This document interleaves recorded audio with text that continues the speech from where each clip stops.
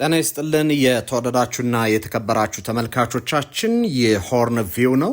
ሆርን ቪው በዛሬው ዕለት በአሜሪካና በቬንዙዌላ መካከል ስለተፈጠሩ የፖለቲካ ቁርሾች ያነሳ ከናንተ ጋር ያቆያል። ይሄ ለቀጠናችን ምን መልክ ይሰጣል? በተለይም ደግሞ ፕሬዝዳንት ኢሳያስ አፈወርቂን በአሜሪካና በምዕራባውያን በአምባገነንነት የሚከሰሱ ሰው እንደ ኒኮላስ ማዱሮ አይነት እጣፈንታ ሊገጥማቸው ይችላል ወይ የሚለውን እየጠየቀን አብረናችሁ እንቆያለን። በተለይም ደግሞ ኒኮላስ ማዱሮ ከቤታቸው ነው የወጡት። አሜሪካን በመገዳደር ይታወቃሉ።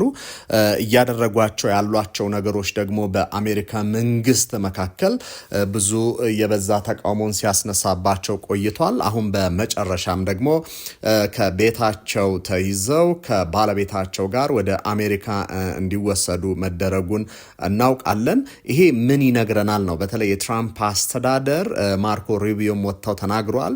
ትራምፕ አያወሩም፣ ካወሩ ግን ያወሩትን ያደርጋሉ የሚል ነገር ነው የተናገሩትና ወደ ቀጠናችን መልሰው በተለይ ለኤርትራ መንግስት ምን አይነት መልእክት ያስተላልፋል የሚለውን እያየን አብረናችሁ እንቆያለን። አብራችሁን ትቆዩ ዘንድ በአክብሮት ጋበዝኩኝ። ብዙዎች ወደውታል፣ ብዙዎች ይፈልጉታል፣ የብዙዎች የመጀመሪያ ምርጫ ሆኗል። የስኬታማ ሰዎች የዘመነ ህይወትን ለሚሹና በልዩነት ለመኖር የሚፈልጉ ሰዎች የሚመርጡት ልዩ ስፍራ ነው። ታላቅ የህንፃ ጥበብ፣ ዘመን ተሻጋሪ ጥራት፣ በአይነቱ ልዩ የሆነ የኑሮ ዘይቤ፣ ብዙዎች ሲመኙት የነበረ ህይወት ከምኞት ባሻገር እውን ሆነ።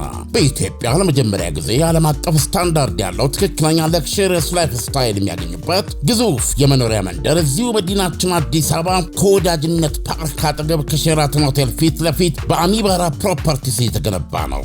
ለሽያጭ አወጣናቸው ከባለ አንድ መኝታ እስከ ባለ 4 መኝታ እንደዚሁም ለክሽሪየስ ፔንት ሃውሶች ሲሆኑ በዓሉን በማስመልከት ለጥቂት ቀናት የሚቆይ ከ1 ሚሊዮን እስከ 7.4 ሚሊዮን ብር የሚደርስ ቅናሽ ማዘጋጀታችንን ስንገልጽ በደስታ ነው። ሳያመልጡ ፈጥነው ይመዝገቡ፣ ይጠቀሙበት፣ ይገባውታል። ለበለጠ መረጃ በ0922 82 36 71 ደውሉ። አሚባራ ፕሮፐርቲስ።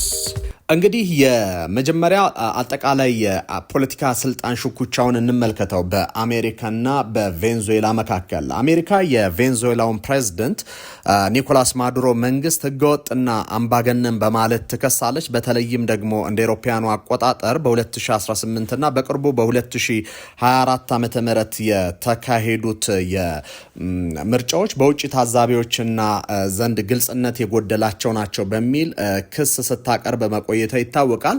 ኦፍ ኮርስ የአሜሪካ መንግስት እንደዚህ አይነት የምርጫን፣ የሰብአዊ መብት፣ የዲሞክራሲ ጉዳዮችን ለፖለቲካል መጠቀሚያ ነው የሚያደርጋቸው እንጂ በእርግጥም እውነት ሆኖ ተገኝተው ስለሆኑ አይደሉም። ለምሳሌ እነ ሳውዲ አረቢያ የመሳሰሉ ሀገራት የአሜሪካ ወዳጆች ናቸው፣ ነገር ግን ንጉሳዊ አስተዳደር ነው ያላቸው። እንደዚሁም የተለያዩ ወዳጅ ሀገሮች አሏቸው። ኢሚራቲዎችን የምናስታውሰው ነው። ኢሚራቲዎች የሚተዳደሩት በተመሳሳይ መልኩ እንደ ሳውዲ አረቢያ በቤተሰብ በሚተላለፍ ስልጣን መሰረትን ይዞ ነው። ይሄ ከዲሞክራሲ ውጪ ያለ ነው። እንደውም የሳውዲ አረቢያ ቴዎክራቲክ እና የፋሚሊ የንጉስ አይነት ቤተሰቦች አንድ ላይ የተጣመሩበት ሂደት ነው የሚገኘው። በአንድ በኩል ሃይማኖታዊ መር መንግስትነት አለ፣ በሌላ በኩል ደግሞ ከንጉሳዊ ዘር የሚዋለድ ያንን ስልጣን አለ። በሌሎቹም ሀገራት በኳታርም በኤሚራቲዎችም በተመሳሳይ ሁኔታ ነው። ነገር ግን እነዚህ ሀገራት ላይ የአሜሪካ ወዳጆች ስለሆነች አሜሪካ ጣልቃ አገባም እና ዊፐናይዝድ ወይም ደግሞ ይህንን ጉዳይ የምትጠቀመው ለራሷ አስፈላጊ ነው ብላ ባሰበችባቸው ሀገራት፣ መምታት በፈለገችባቸው ሀገራት፣ ብሔራዊ ጥቅሟን አደጋ ላይ በሚጥሉ ሀገራት ነው ይህንን የምትጠቀመውና ይህንን ከግምት ውስጥ ማስገባት ይገባል ብዬ አስባለሁ። ሌላኛው እንግዲህ በሁለቱ ሀገራት እየተባባሰ በመጣው ውጥረት ምክንያት የኢኮኖሚ ማዕቀቦች መጣል ጀምረዋል። እነዚህ የኢኮኖሚ ማዕቀቦች በተለይም አሜሪካ በቬንዙዌላ ላይ ከባድ የኢኮኖሚ ማዕቀብ እንድትጥል አድርጓታል። የሀገሪቱን ዋና የገቢ ምንጭ የሆነውን የነዳጅ ዘርፍ ይጎዳሉ ያለቻቸውን ነው እንዳለ ማዕቀብ የጣለችባቸው። የቬንዙዌላ መንግስት በአሜሪካ ባንኮች በባንኮች ያለውን ገንዘብ እንዳይንቀሳቀስ ታግዶበታል። ይህም በቬንዙዌላ ውስጥ ለታየው ከፍተኛ የዋጋ ግሽበትና ለህዝቡ ስደት እንግዲህ ከ7 ሚሊዮን በላይ ዜጎች ሀገሪቱን ለቀው ተሰደዋል የሚል ነገር አለ። ለዚህ ምክንያቱ ደግሞ የአሜሪካ መንግስት የጣለው የማዕቀብ መጠን እንደሆነ በስፋት ይነገራል። ሌላኛው የጂኦፖለቲካም ተጽዕኖኑን ቀላል አርጎ መውሰድ አይገባም። የጂኦፖለቲካው ተጽዕኖ ምንድነው? ቬንዙዌላ ከአሜሪካ ተቀናቃኞች ማለትም ከሩሲያ፣ ቻይናና ኢራን ጋር ያላት የጠበቀ ግንኙነት አሜሪካንን ያሰጋታል። አሜሪካ እነዚህ ሀገራት በላቲን አሜሪካ ያላቸውን ተጽዕኖ እንዲያስፋፉ ደግሞ አትፈልግም። በዚህ ምክንያት ነው አንደኛው የአሜሪካ መንግስት ተቃውሞ አሰምቶ ወይም ደግሞ የአሜሪካ መንግስት ኒኮላስ ማዱሮ ላይ እንዲወስድ ያደረገው በዚህ ምክንያት ነው ማለት እንችላለን። ስለዚህ የአሜሪካ መንግስት እነዚህን አይነት እርምጃዎች ሲወስድ አንደኛ የሩሲያ ቻይናና ኢራን ወደ ቬንዙዌላ መምጣታቸውና በዛ እንቅስቃሴ ማድረጋቸው አደጋን ይፈጥራል። የአሜሪካ ሰላምና ደህንነት አደጋ ውስጥ ይወድቃል የሚል ነገር ስላላቸው ነው። ምን ማለት ነው? የሞኖሮ ዶክትሪን አለ። የአሜሪካ አህጉራት በተለይም ሰሜን አሜሪካና ደቡብ አሜሪካ የአሜሪካ ተጽዕኖ ክልሎች ወይም ስፌር ኦፍ ኢንፍሉዌንስን እንደሆኑ ያካትታል ይሄ ዶክትሪን። ስለዚህ አሜሪካ ለአሜሪካውያን በሚል መሪ ቃል ዋሽንግተን በምዕራቡ ንፍቀ ክበብ የሚፈጠሩ ማናቸውንም ፖለቲካዊ ለውጦች የደህንነቴ ስጋት ናቸው ብላ እንደምታምን ያስረዳል። ስለዚህ ቻይና፣ ራሽያ ወይም ሌሎች የውጭ ኃይሎች በዚህ ቀጠና ላይ የበላይነት እንዳይኖራቸው ወይም ደግሞ ጣልቃ እንዳይገቡ የሚከላከል ዶክትሪን ነው። የትራምፕ አስተዳደር ይህን ዶክትሪን እያስከበረ ይገኛል። የዛሬ 6 ወር የፓናማ መንግስት አስገድደው የፓናማ ካናልን አስተዳደር ከቻይና እንዲረከቡ ያደረገበትም ትልቁ ምክንያት በዚህ ቀጠና ላይ በአሜሪካ ስፌር ኦፍ ኢንፍሉዌንስ ወይም ደግሞ የተጽዕኖ አድማስ በሚያርፍበት ቀጠና ላይ የአሜሪካ ሌላ ኃይል መጥቶ በተለይም ኢራንን የመሰለ ቻይናን የመሰለ ሩሲያን የመሰለ ኃይል በዚህ ቀጠና ላይ እንዲንቀሳቀስ ስለማይፈልጉ ነው። አሁን ተረኛ የሆነችው ቬንዙዌላ ናት። ቬንዙዌላ በነዳጅ ዘይት የበለጸገች ሀገር ናት። ከቻይና ጋር ያላት ግንኙነት ይታወቃል። ትራምፕ ያነሱት ነገር የአደንዛዥ ንግድና የሰብአዊ መብት ረገጣ የሚል ነው። ይሄ ሊወስዱ የፈለጉት ወይም ደግሞ የቬንዙዌላን ያለውን የማዱሮን አስተዳደር ለማፍረስ የተጠቀሙበት ትልቁ መንገድ በማዱሮ ፕሪንሲፕል ወይም ደግሞ ዶክትሪን ውስጥ እዛ ጥላ ውስጥ በመሆን የወሰዱበት ወይም ደግሞ የተከተሉት መንገድ ሰብአዊ መብትና የአደንዛዥ ዕፅን በሚመለከት ነው። የዲሞክራሲ ጥያቄዎችን አንስተዋል። ይሄን ፖለቲካን ለሚከታተል ለማንም ግልጽ ነው። ምክንያቶቹ እነዚህ አይደሉም። የሰብአዊ መብትም ጉዳይ አይደለም፣ የዲሞክራሲም ጉዳይ አይደለም፣ የአደንዛዥ ዕፅም ጉዳይ አይደለም። ትልቁ ጥያቄ የማዱሮ መንግስት ከነ ቻይና ጋር እንደዚሁም ደግሞ የኦይል ፖለቲካ አለ፣ የነዳጅ ፖለቲካ አለ እና ያንን የነዳጅ ፖለቲካ የማስታገስና የመምታት ነው። እነዚህ አይነት ጉዳዮች አሜሪካን በእጅጉ ወሳኝ በቀጠናው ላይ ወሳኝ ኃይል ሆና እንደዚሁም ደግሞ በቀጠናው ላይ የራሷን ጥቅም እንድታስጠብቅ ምክንያት ከሆኑት መካከል እነዚህ ነገሮች ናቸው የሚጠቀሱት። ስለዚህ ይህንን ግጭት በበለጠ ለመረዳት የሚጠቅመን አንደኛው የማዕቀብ ተጽዕኖ ነው። የአሜሪካ ማዕቀቦች በቬንዙዌላ ሕዝብ የዕለት ተዕለት ኑሮ ላይ ያመጡት ለውጥ ከጊዜ ወደ ጊዜ የቬንዙዌላን ኢኮኖሚ ፖለቲካ እያሽቆለቆለ እንዲሄድ አድርጎታል።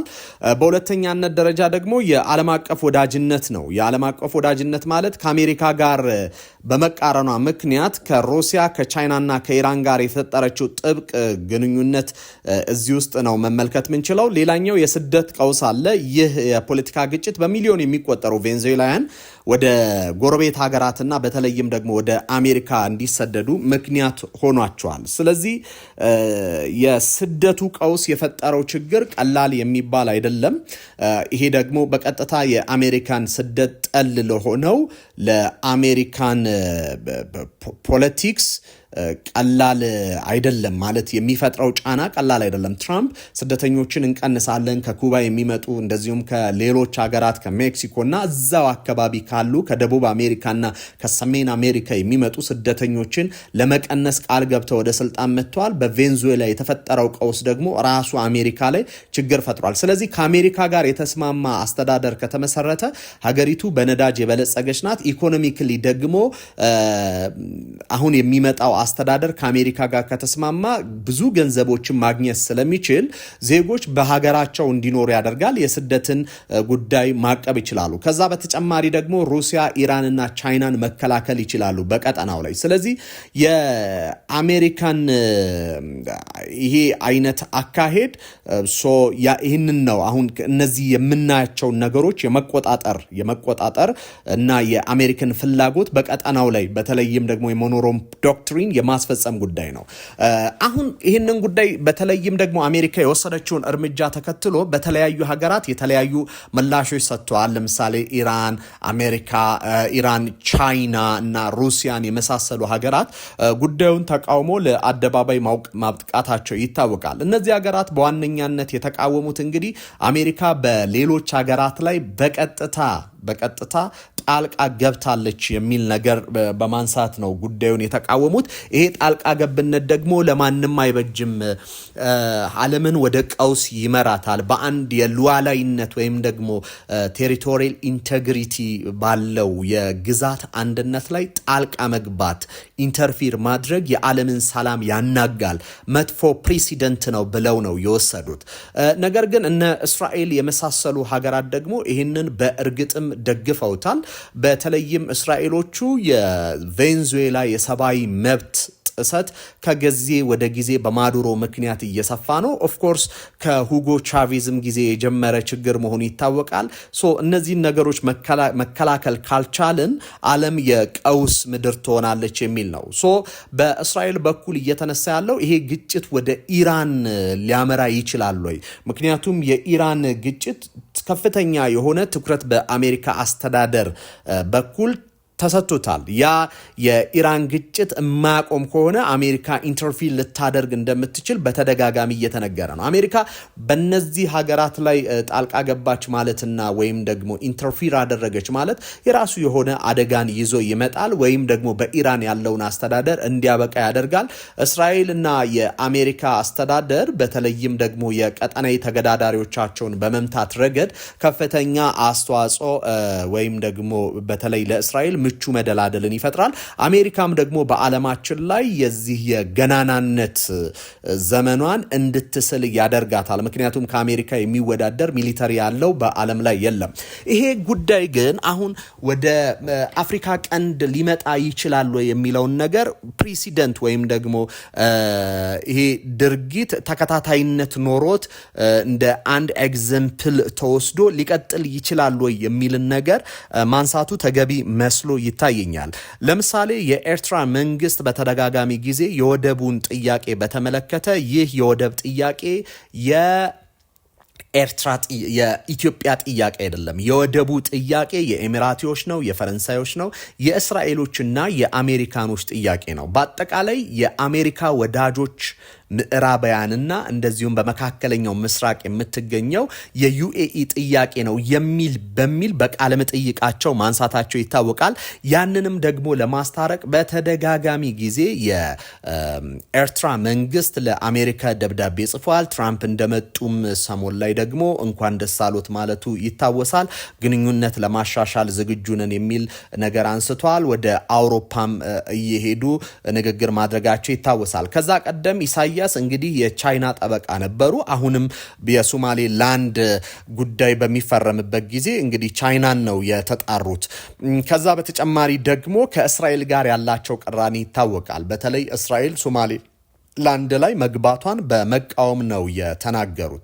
ያ የተቃውሞ እንቅስቃሴ ደግሞ በእስራኤሎቹም በአሜሪካኖቹም የተደገፈ እንዳልሆነ እናውቃለን። የኢሳያስ መንግስት በዩክሬንና በሩሲያ ጦርነትም የሰጠው አስተያየት በአሜሪካን ዲፕሎማቶችና የፖለቲካል ማህበረሰብ ዘንድ የተደገፈ እንዳልሆነ እናስታውሳለን። አሁን እነዚህን ጉዳዮች አናላይዝ ማድረግ የሚያስፈልግ ይመስለኛል። እነዚህን ጉዳዮች አናላይዝ በምናደርግበት ሰዓት የሚሰጠን ፒክቸር የአሜሪካና የኤርትራ አስተዳደር የአዲ ሃሎ ሰዎችና የዋይት ሃውስ ሰዎች በቅራኔ ውስጥ እንዳሉ እንረዳለን። ስለዚህ ይሄ ቅራኔ እያደገ የመጣ ነው።